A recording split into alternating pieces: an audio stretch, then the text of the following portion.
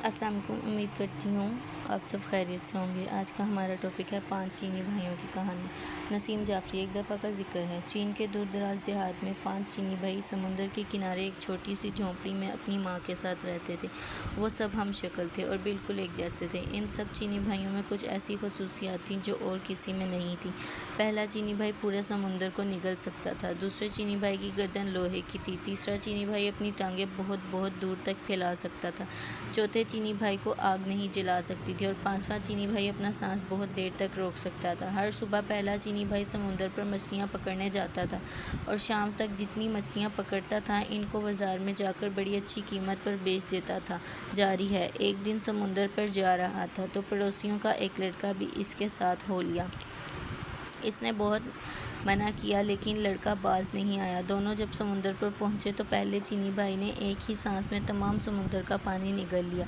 समुंदर खाली हो गया तो इसमें मौजूद तमाम चीज़ें वाजिया हो गईं। लातादाद मछलियों के अलावा समुंदर बेशुमार कीमती ख़जानों से भरा पड़ा था। लड़का ये सब देखकर दीवाना हो गया और दूर खजाना समेटने लगा। पहले चीनी भाई ने तो सिर्फ इतनी ही मछलियाँ पकड़ी जितनी वो रोज़ पकड़ता था। इसके बाद वो चाहता था कि समुंदर का पानी वापस समुंदर में डाल दे। इसने लड़के को आवाज़ दी लेकिन लड़का कभी एक चीज़ उठाता कभी दूसरी की जानिब लपकता। इसे कुछ सुनाई नहीं दे रहा था। इधर पहला चीनी भाई अपने मुंह में इतना ज़्यादा पानी उठाए उठाए थक गया था। बस बहुत हो गया लड़के, अब वापस आ जाओ। इसने फिर लड़के को आवाज़ दी लेकिन इसने नहीं सुना। इंतज़ार करके पहला चीनी भाई जब बेहाल हो गया और इसकी बर्दाश्त से बाहर हो गया तो इसने वो पानी समुंदर में उगल दिया। इसके साथ वो लड़का भी पानी में गर्क हो गया। पहला चीनी भाई जब अकेला गांव वापस आया तो गांव वालों ने इस लड़के के बारे में पूछा लेकिन वो कोई जवाब ना दे सका। गांव वाले सब समझ गए कि इसने लड़के को मार दिया और इन्होंने अदलिया में जाके इसकी शिकायत कर दी। सिपाही पहले चीनी भाई को पकड़कर अदालत में ले गए। लड़के के कत्ल के जुर्म में इसको सजाए मौत सुना दी गई। हजूर वाला, क्या मैं आखिरी बार अपनी माँ से मिलने जा सकता हूँ? पहले चीनी भाई ने जज से पूछा। हाँ, इतनी रियायत तुम्हें दी जा सकती है, जज ने कहा। पहला चीनी भाई खुशी खुशी अपने घर गया और अपनी माँ से मिला लेकिन वो वापस नहीं आया बल्कि इसकी जगह दूसरा चीनी भाई जेल पहुंच गया जिससे लोहे की गर्दन थी। चौक पर तमाम गांव के लोग इकट्ठे हो चुके थे। जिलाद हाथ में तलवार लिए मुजरिम की गर्दन उड़ा देने के लिए तैयार खड़ा था। सिपाही मुजरिम को पकड़ कर लाए और इसकी गर्दन शिकंजे पर रख दी। जिलाद आगे बढ़ा और पूरी कुव्वत से तलवार मुजरिम की गर्दन पर मारी लेकिन दूसरा चीनी भाई मुस्कुराता हुआ उठ खड़ा हुआ। चूँकि इसकी गर्दन लोहे की थी इसलिए तलवार ने इस पर कुछ असर नहीं किया। ये देखकर गांव का हर शख्स सख्त बरहम हुआ और इसको मारने के लिए कुछ और तरीका सोचा जाने लगा। फिर जज ने फैसला किया कि इसको समुंदर में डुबोकर मार दिया जाए। अगली सुबह सज़ा से पहले दूसरा चीनी भाई जज के पास गया। जनाबे वाला, क्या सज़ा से पहले मैं आखिरी बार अपनी माँ से मिल सकता हूँ? हाँ, ये एक रियायत तुम्हें दी जा सकती है, जज ने इजाज़त देते हुए कहा। वो इजाज़त मिलते ही खुशी खुशी अपने घर की तरफ चला लेकिन अगले दिन वो वापस नहीं आया बल्कि इसकी जगह तीसरा चीनी भाई जेल वापस आया जिसकी टांगें लंबी हो जाती थीं। इसकी सज़ा की तैयारी होने लगी।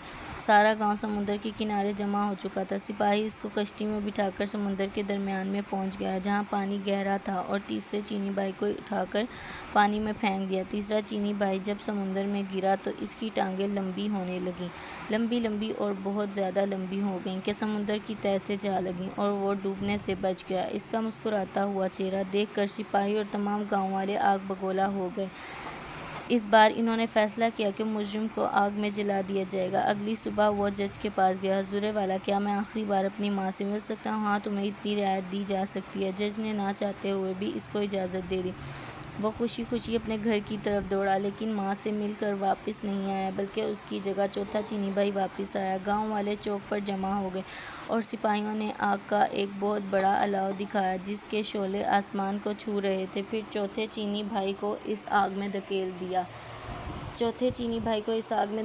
आग कितना सुकून मिल रहा है। चौथा चीनी भाई मुस्कुराते हुए बोला, क्योंकि इसको आग जला नहीं सकती थी। आग और तेज़ कर दो, लोगों ने चिल्ला चिल्लाकर सिपाहियों को कहा और इन्होंने आग और ज़्यादा तेज़ कर दी और बड़ा मज़ा आ रहा है। चौथा चीनी भाई खुशी से बोला। गांव के लोग ये देखकर सीखपा हो गए। फिर इन्होंने फैसला किया कि इसे बदबूदार जगह पर बंद कर दिया जाए ताकि दम घुटने से मर जाए। अगली सुबह चौथा चीनी भाई जज के پاس آیا۔ حضور والا، کیا ایک آخری بار میں اپنی ماں سے ملنے جا سکتا ہوں؟ ہاں، اتنی رعایت تمہیں دی جا سکتی ہے۔ جج بھی اس بار غصے سے بولا۔ اجازت ملتے ہی چوتھا چینی بھائی دوڑا دوڑا اپنے گھر گیا، لیکن وہ اپنی ماں سے مل کر واپس نہیں آیا۔ اس کی جگہ اس کا پانچواں چینی بھائی آیا۔ سارا گاؤں چوک پر اکٹھا ہو چکا تھا۔ ایک بند کوٹری میں بے شمار بدبودار اور زہریلی جڑی بوٹیاں اکٹھی کر کے جلائی گئیں اور پانچویں چینی بھائی کو اس کوٹری میں پھینک کر تالا لگا دیا گیا۔ ساری رات تجسس میں گاؤں والے کوٹری کے باہر بیٹھے رہے۔ صبح کو جب سپاہیوں نے اس کی لاش نکالنے کے لیے دروازہ کھولا تو پانچواں چینی بھائی مسکراتا ہوا باہر نکلا، کیونکہ وہ بہت دیر تک اپنا سانس روک سکتا تھا، اس لیے بدبو سے نہیں مرا۔ لوگ یہ دیکھ کر ہکا بکا رہ گئے۔ جج آگے بڑھا اور بولا، ہم نے تمہیں ہر ممکن طریقے سے مارنے کی کوشش کی، لیکن تم ہر بار بچ گئے۔ اس کا مطلب ہے کہ تم بے گناہ ہو، لہٰذا تم اس جرم سے باعزت بری کیا جاتا ہے۔ اب تم آزاد ہو۔ تمام گاؤں والوں نے بھی جج کی اس بات سے اتفاق کیا اور اس کا پیچھا چھوڑ دیا۔ وہ خوشی خوشی اپنے گھر کی طرف دوڑا، جہاں اس کی ماں اور چاروں چینی بھائی انتظار کر رہے تھے۔ ان کی باقی زندگی ہنسی خوشی گزری۔